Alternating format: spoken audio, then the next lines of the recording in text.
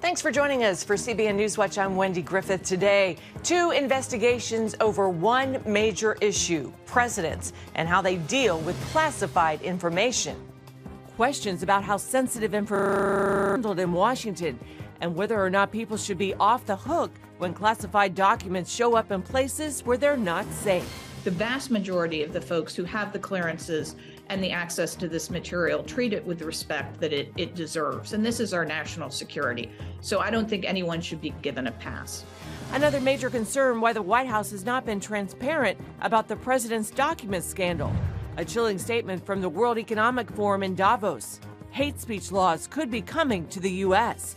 Could this be a threat to free speech? One of the oldest Christian cultures in the world under assault. We'll tell you about the dangers to Christians in the country of Armenia. There is no time to wait and to allow the next genocide, because this is genocide. The worldwide market you've probably never heard of, where human body parts are for sale. Incredibly difficult to estimate how much is being spent on human materials. It's worth almost certainly in the billions, and I would guess probably in the tens of billions. We'll tell you why some people sell their own organs. What's worth fighting for? That's one of the key themes of an upcoming movie, Creed 3. We'll bring you a Studio 5 sneak peek. And what does this stone have to do with confirming some Old Testament Bible history about King David? We'll have the answer to that and other stories today on CBN NewsWatch. This is CBN NewsWatch. We begin in Washington, where the discovery of classified documents at President Biden's home and former office, as well as the home of former President Trump, raises a number of questions. They range from whether the overall management of this sensitive material is flawed or the possibility that people just made mistakes in handling them. National security correspondent Caitlin Burke brings us the story. Ironically, the Biden administration National Security Council issued a review of the classification system over the summer. Considered to be ongoing, it's meant to examine ways to overhaul the process of determining and managing sensitive information. I think both parties could agree that classification is way overused in Washington, D.C. There's so much information that the American people should have that they don't. Former Deputy National Security Advisor Victoria Coates served as an archivist for Defense Secretary Donald Rumsfeld. She tells CBN News that while changes do need to be made to the classification system, many people regularly deal with sensitive material without making the mistakes we've seen recently. There's a narrative going around that this is sort of the dirty little secret. Everybody knows it happens. Well, that's not true. The vast majority of the folks who have the clearances and the access to this material treat it with the respect that it deserves. And this is our national security.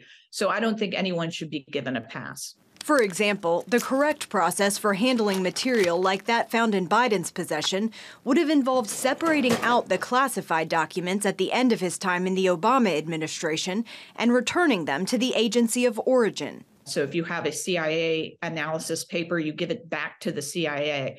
And it's simply a case of keeping good records. And if then Vice President Biden had followed standard procedure, he would be deeding his vice presidential papers to an academic institution qualified to handle them. Coates points out that none of Biden's personal attorneys involved with the recently discovered documents actually have the clearance to be handling them. There are trained professionals both at the Department of Justice and the National Archives who hold the proper clearances. Biden himself has some lawyers, such as Bob Bauer, who has the requisite clearances, but for whatever reason, they're not the ones doing the searching. She says that while details about the Justice Department's investigation into the documents can't be disclosed, the lack of transparency from the White House about the initial discovery of the material is concerning. Nobody did anything to publicize it, obviously, before the election. But then the really problematic thing is that with that timeline is that they appear not to have undergone the secondary search until after it broke in the media. So that search should have happened in the days after they found the original documents to ensure that all of this material was properly handled. Instead, we had another 6 weeks of the box sitting in the garage when heaven knows who could have gone through it. Coates warns that it will likely be months before any sort of report on the documents is released. But the subject certainly isn't going away, given the two main players could once again be running for president in 2024. Caitlin Burke, CBN News, Washington. Thanks, Caitlin. Laws against hate speech could be coming to the U.S. That was the statement from a top European Commission official at the World Economic Forum in Davos, Switzerland. So what qualifies as hate speech, as illegal hate speech, which you will have soon also in the U.S. I think that we have a strong reason why we have this in the criminal law.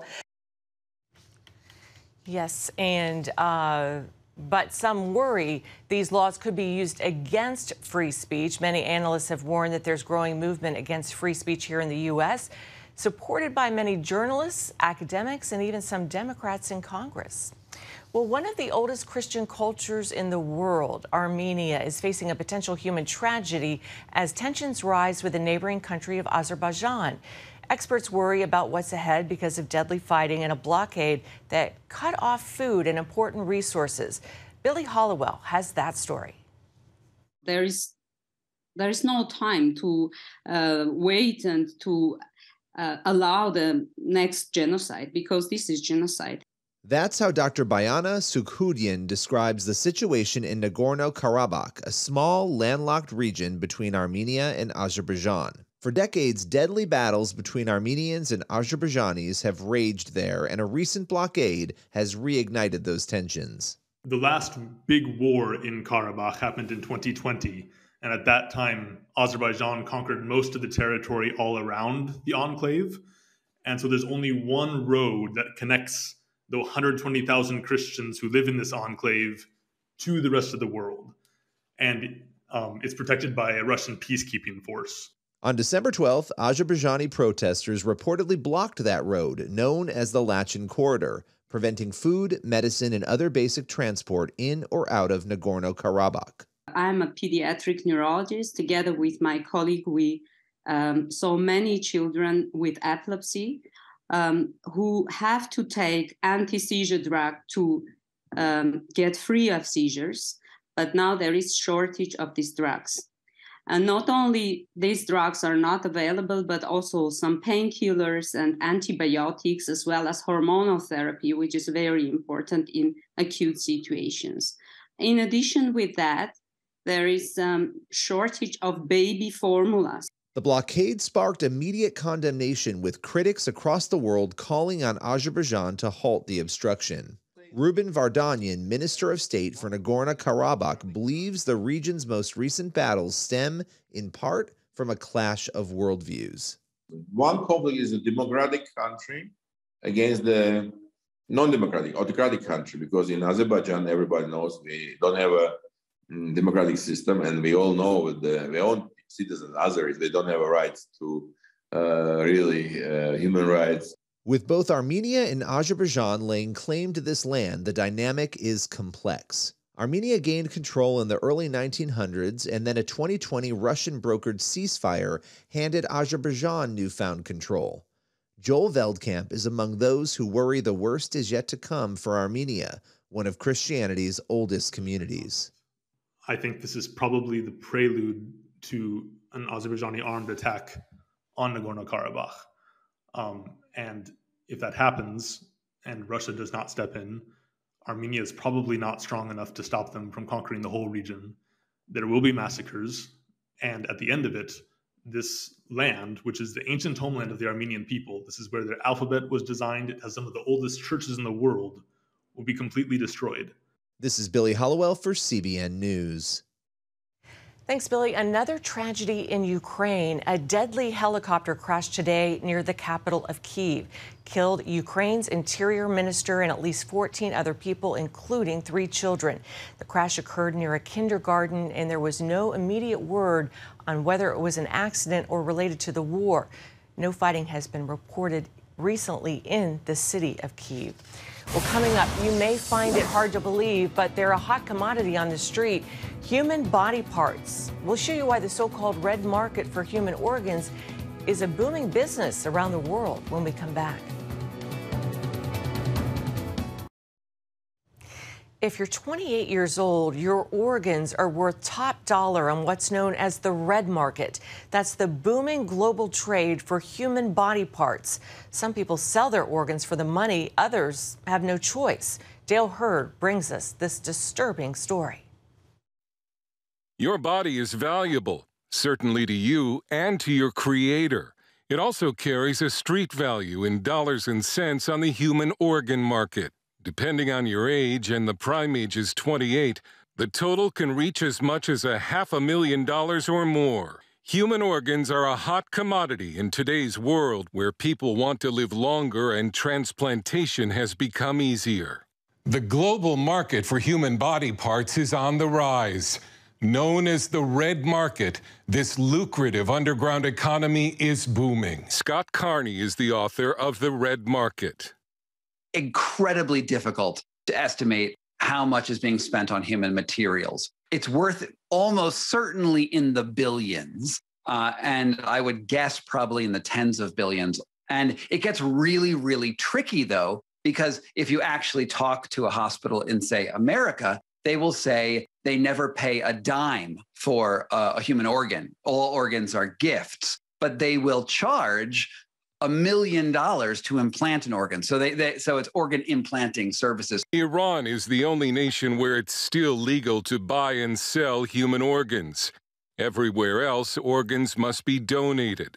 But the black market organ harvesting business, especially in kidneys, is widespread in many developing nations, where the poor are desperate for money. Here's a YouTube video from India explaining how to sell your kidney on the black market.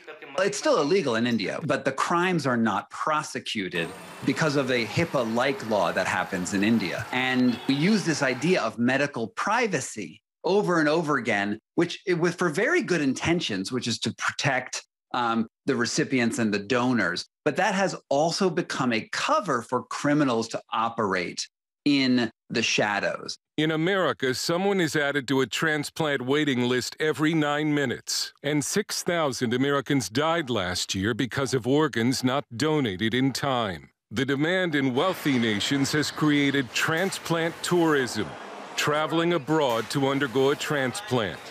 Healthcare in America is crazy expensive.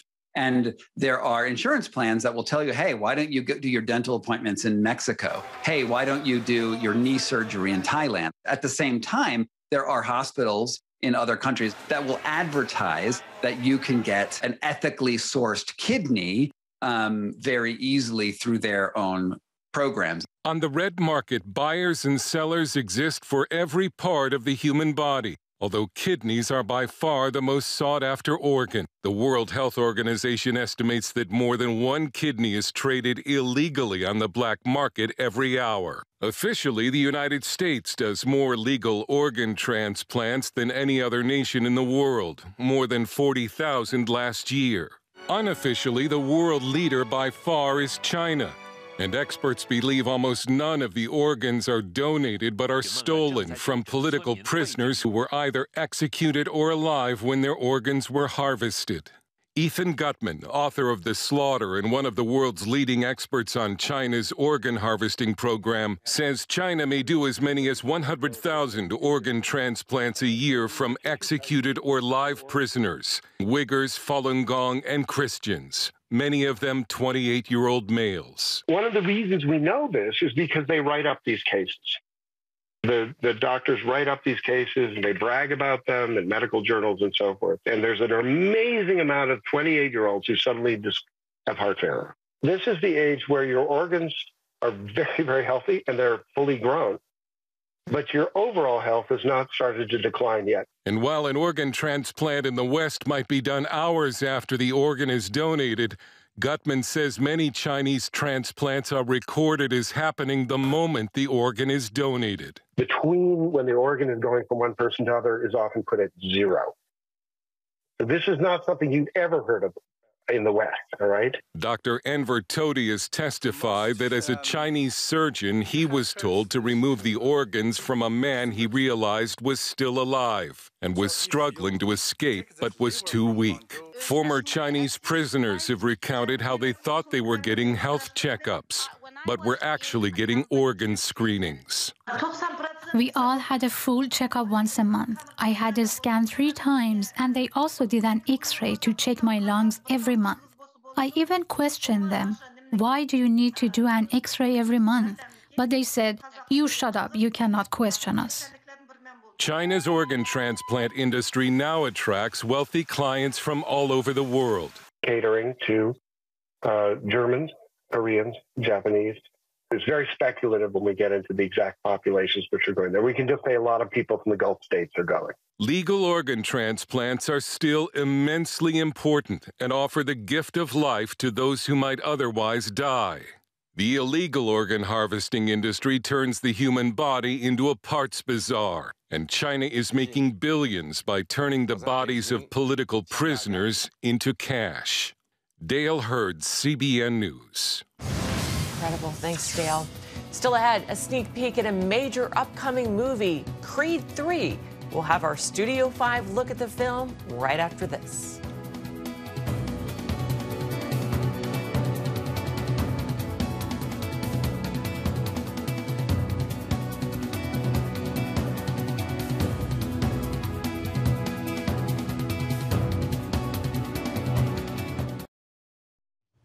Figuring out who you are and what's worth fighting for. Those are 2 themes that we're seeing play out in previews of Creed 3. Actor Michael B. Jordan returns to the franchise in the leading role and also in the director's chair.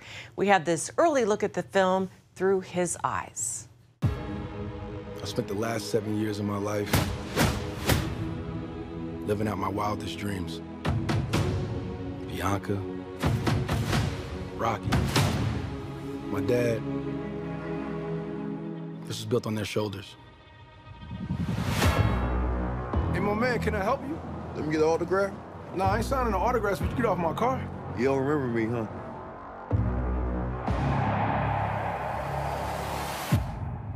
Damien. How long were you locked up? 18 years, bro. Just got out last week. Glad to have you back out, huh? I know I've been away a long time, but I kept myself in shape. I still got gas in the tank. Come by the gym. Thank you. Curious what happened with you two? I didn't tell you. We was like brothers. I was the best, though. But I never got a chance to prove that. That's cute. Hey, what you doing, man? Trying to hurt me? I know what you're doing, Donnie. You don't owe this dude nothing. Damien's fighting the world, and he's trying to hurt people. I vouch for you. You think you mad? Try spending half your life in a cell. Watching somebody else live your life. I'm coming for everything. You threatening me? Something is going on with you. Damien was like family. Adonis Creed. I've been living with this character for 8 years. We laughed, cheered, cried together. A core pillar of this franchise is figuring out who you really are and what's worth fighting for. In Creed 3, I wanted to know what Adonis's limits were. So, to be able to finally step behind the camera and continue to elevate and evolve this story is something I'm eternally grateful for. As a storyteller, you really put a piece of yourself into your films, from personal desires and goals to shortcomings, failures, mistakes. Creed 3 is not just your typical boxing movie. We really want to take advantage of the emotional journey of the characters and put that into the ring and have it pay off in a physical way. Do what I gotta do. Some of my methods, you might disagree with me. This is the first sports film to be shot on IMAX cameras. With the IMAX experience, you can take in the environment in a way that you normally wouldn't. You're able to see every bead of sweat, every impact, the ripples in the skin, the sounds of the footsteps, the punches, the music, the lack of sound, and really immerse yourself into the entire world. Everybody has a past. Everybody has things that they wish they could have done differently. So to be able to see a character like Adonis go through some of those things, I hope audiences walk away feeling inspired and have the courage to do something that you normally wouldn't do. I ain't scared of death. What you gonna do? Threaten to take my breath? Nah, we past talking. Then maybe you just have to find him. Watch it manifest, got my only fear. I ain't scared of death. Did you hear me yet? I ain't scared of death. Did you hear me yet? What you gonna do? Threaten to take my breath? I need you to let go of your fear. Let go of the guilt. Let go of whatever was and walk into what is. I feel those chains are breaking, yeah. I fear God, I don't fear death. I see those stripes and take a step. Wow, that looks so good. Well, we still have some time before this film's release. Right now, Creed 3 is scheduled to hit American theaters in the first week of March. You can catch Studio 5 on the CBN News Channel tonight at 8:30 Eastern or on the CBN News app or on YouTube. Coming up, a confirmation of the biblical record of King David from this ancient stone. We'll have that story for you when we come back. Stay tuned.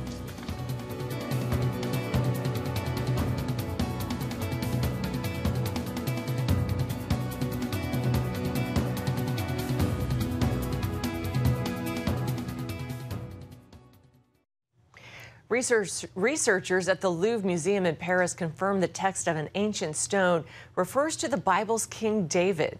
The Moabite stone that dates back to 840 BC was found in Jordan in 1868 near the Dead Sea.